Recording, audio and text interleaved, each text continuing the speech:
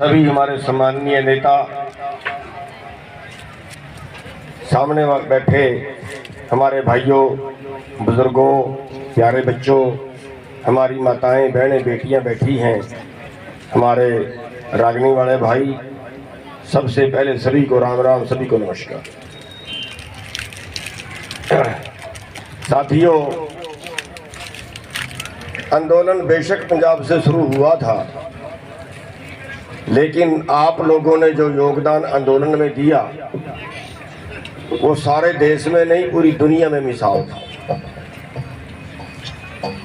हरियाणा के अंदर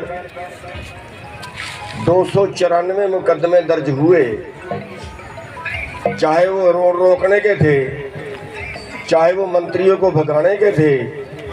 4 मुकदमे तो ऐसे थे जहां पे लोगों ने मंत्रियों को गले से पकड़ लिया। पूरे देश के अंदर नहीं, पूरी दुनिया के अंदर मिसाल थी कि मुख्यमंत्री ने हरियाणा में रैली करना चाहिए, मना किया, जिद पकड़ गया, लेकिन हरियाणा के बहादुर लोगों ने जहां हेलीकॉप्टर उतरना था उसके नीचे घुस गए और नीचे आया हुआ हेलीकॉप्टर वापस उड़ाना पड़ा। 294 मुकदमे हरियाणा में दर्ज हुए, पूरे देश में 294 मुकदमे नहीं थे। साथियों, 48,000 लोगों के ऊपर, उसमें हमारी माताएं बहनें भी शामिल थी जिनके ऊपर मुकदमे दर्ज हुए थे। और जो फैसला हुआ था, समझौता हुआ था, उसमें सभी केस वापस लेने की बात रखी थी, मान भी ली थी, लेकिन अभी तक 164 केस वापस उन्होंने किए थे और 130 केस बकाया थे। लेकिन जिस दिन हमने कॉल दी जीटी रोड जाम करने की 24 तारीख को, तो उसके पहले दिन होम सेक्रेटरी ने बुला के सभी को वापस करने का ऑर्डर दे दिए। कुछ मुकदमे अभी वापस है, उसके बाद जो टोल के बंद करने की कॉल दी थी वो मुकदमे वापस है। जैसे यहाँ भी को बात कर रहे थे, कल होम सेक्रेटरी से मीटिंग है, उनकी भी बात रखेंगे। और 32 मुकदमे इस आंदोलन के पहले के थे, वो भी बीच ने वापस लेने के लिए हाँ की थी, लेकिन वो अभी थोड़े से लटके हुए हैं, उसके लिए भी कल बात करेंगे। तो साथियों, कहने का मतलब ये है कि आप बधाई के पात्र हो। जो आंदोलन आपने लड़ा है, जिस तरीके से लड़ा है, वो एक मिसाल थी और सरकार को आपके आगे झुकना पड़ा।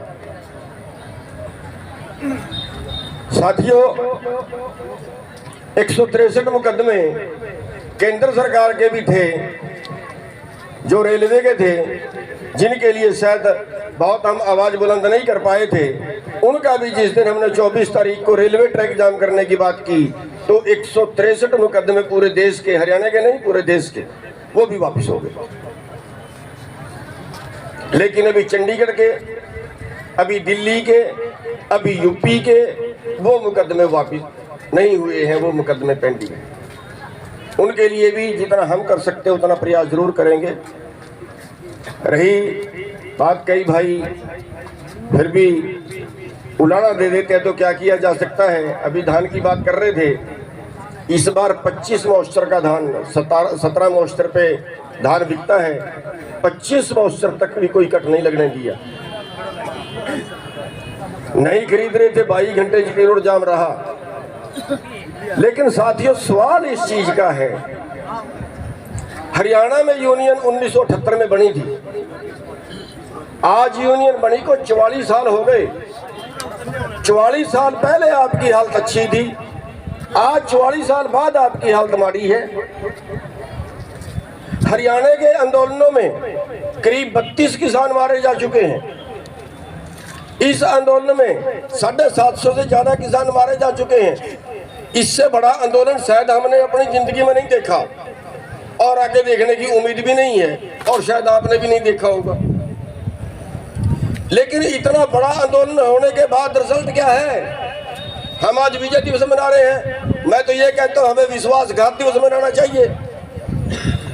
वही कानून आ रहे हैं, सुन लो स्टेज पे बैठे सारे नेता, वही कानून दोबारा से आ रहे हैं। अभी सेंट्रल गवर्नमेंट ने पास कर दिया है कि मंडियों का खर्चा 2% देंगे, अभी 6.5% है। अगर 6.5% से कम करके 2% कर दे तो मंडियां चलेंगी क्या? अभी जगह जगह अडानी गोदाम बना रहा है, सारा गेहूं अडानी के गोदाम में बिकेगा। अभी हरियाणा के अंदर, पूरे देश के अंदर अडानी के शटर लगने शुरू हो गए हैं, धान सीधा शटर में जाएगा, मंडियां बंद होंगी, बता देता हूं। इससे बड़ा आंदोलन नहीं हो सकता, इससे बड़ा आंदोलन, इतना बड़ा आंदोलन होने के बावजूद साल बाद तक केस वापस क्यों नहीं हुए और हम क्यों बैठे हैं? केस वापस क्यों नहीं हुए और हम किस इंतजार में बैठे हैं? और साथियों, डूब मरने की बात है हमारे यूपी के अंदर, निर्दोष किसानों को कुचल के मार दिया। हमने क्या किया? कुचल के मार दिया और हमारे किसानों पर मुकदमा बना दिया। आज 4 किसान जेल में हैं, एक भी आदमी ने आवाज नहीं उठाई, एक सिंगल ने भी। 4 किसान आज भी जेल में हैं, हम यहाँ बैठे हैं। हमें कोई मारने आ जाए, फूल बरसाएंगे हम उस पे? वापस हमला नहीं करेंगे क्या हम उस पे? 4 किसान आज तक जेल में हैं, कोई नहीं बोलता,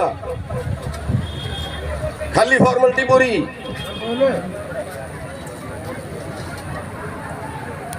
साथियों, इससे बड़ा आंदोलन कभी कर नहीं सकते। इस आंदोलन में भी हम अधूरे उठ के आए, फिर भाग्य बनेगा क्या?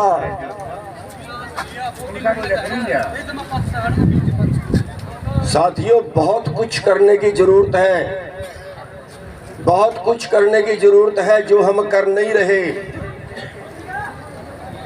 कभी हम इस राजनीतिक पार्टी के पीछे भागते हैं, कभी हम उस राजनीतिक पार्टी के पीछे भागते हैं, कहते हैं अराजनीतिक। और मैंने देखा है, एक गाड़ी पे एक तरफ किसान यूनियन का झंडा है, दूसरी तरफ राजनीतिक पार्टी का झंडा है। मैंने पंजाब में देखा, आम आदमी पार्टी का झंडा इस तरफ, किसान यूनियन का झंडा इस तरफ, फिर कहते हैं हम अराजनीतिक भी हैं। साथियों, आपको समझना पड़ेगा, आप वोट के मालिक हो, 65% वोट के मालिक हो। राज वोटों से बढ़ता है, फिर आपका राज क्यों नहीं बढ़ता? मैं सोच के हैरान हूं। हम तलवे चाटने चले जाते हैं दुष्यंत चौटाला के, हम तलवे चाटने चले जाते हैं हमारे वास्ते बीजेपी के, हम तलवे चाटने चले जाते हैं हुड्डा के। क्यों? आप अपने बीच से खड़ा करके नहीं बना सकते क्या? अब की बार कई जगह आप लोगों ने पहल की, कई जगह आपने ब्लॉक समिति मेंबर बनाए, जिला परिषद मेंबर बनाए। क्यों? आप में कुछ करने की काबिलियत नहीं है क्या? क्यों तलवे चाटने जाते हैं उनके? सबसे बड़ा डर वोट का है। जब तक वोट का डर पैदा नहीं करोगे तो समझ लेना कुछ नहीं कर पाओगे। अगर सर छोटू राम आंदोलन करके कुछ कर पाते तो कर लेते, राजनीति में जाने की जरूरत नहीं थी उनको। साथियों, आपकी वोट आपका हथियार है। आजादी के वक्त एक ही चीज मिली, लोकतंत्र में एक ही चीज मिली आपको, सबसे बड़ा हथियार आपके पास वोट का अधिकार है। जिसको मर्जी इस वोट के हथियार से मार दो, जिसको मर्जी इस वोट के हथियार से बना दो। आपके पास बांधने नहीं आई। हम जाति पे, धर्म पे और पता नहीं किस किस चीज पे, इलाकावाद पे, अभी हरियाणा और पंजाब को फूट डालने की बातें फिर शुरू हो गई हैं। बस यहीं पे अड़ रहे।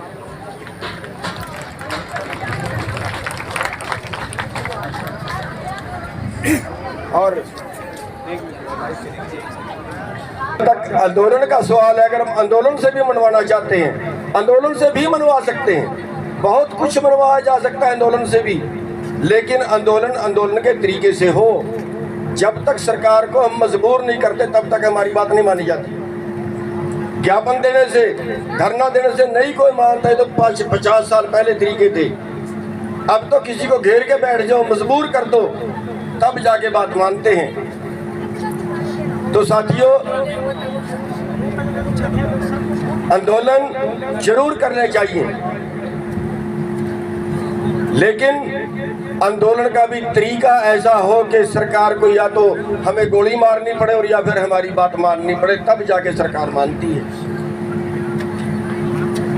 जब सरकार को ये विश्वास हो जाए कि ये किसान लोग हैं, ये बैठ गए, उठने वाले नहीं है, कुछ करके ही उठेंगे।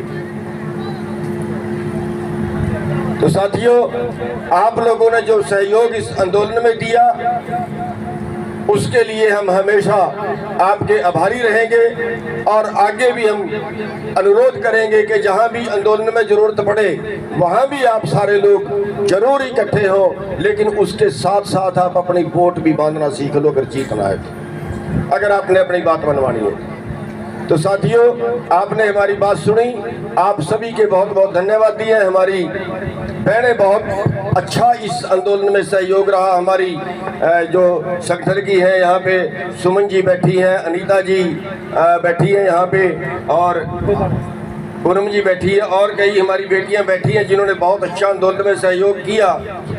और आपके इलाके से पूनम रेणु जी हैं कंडेला से, वो बहुत अच्छा काम कर रही है और उनको हम आज इस मंच से प्रमोशन भी देते हैं, उनका पद बड़ा करते हैं, उनको रोहतक मंडल की अध्यक्ष आज हम बनाते हैं। जोरदार तालियां। और देसी भाषा में अपना बतावा गुलाम सिंह जी, आप करो पूरा जी बता।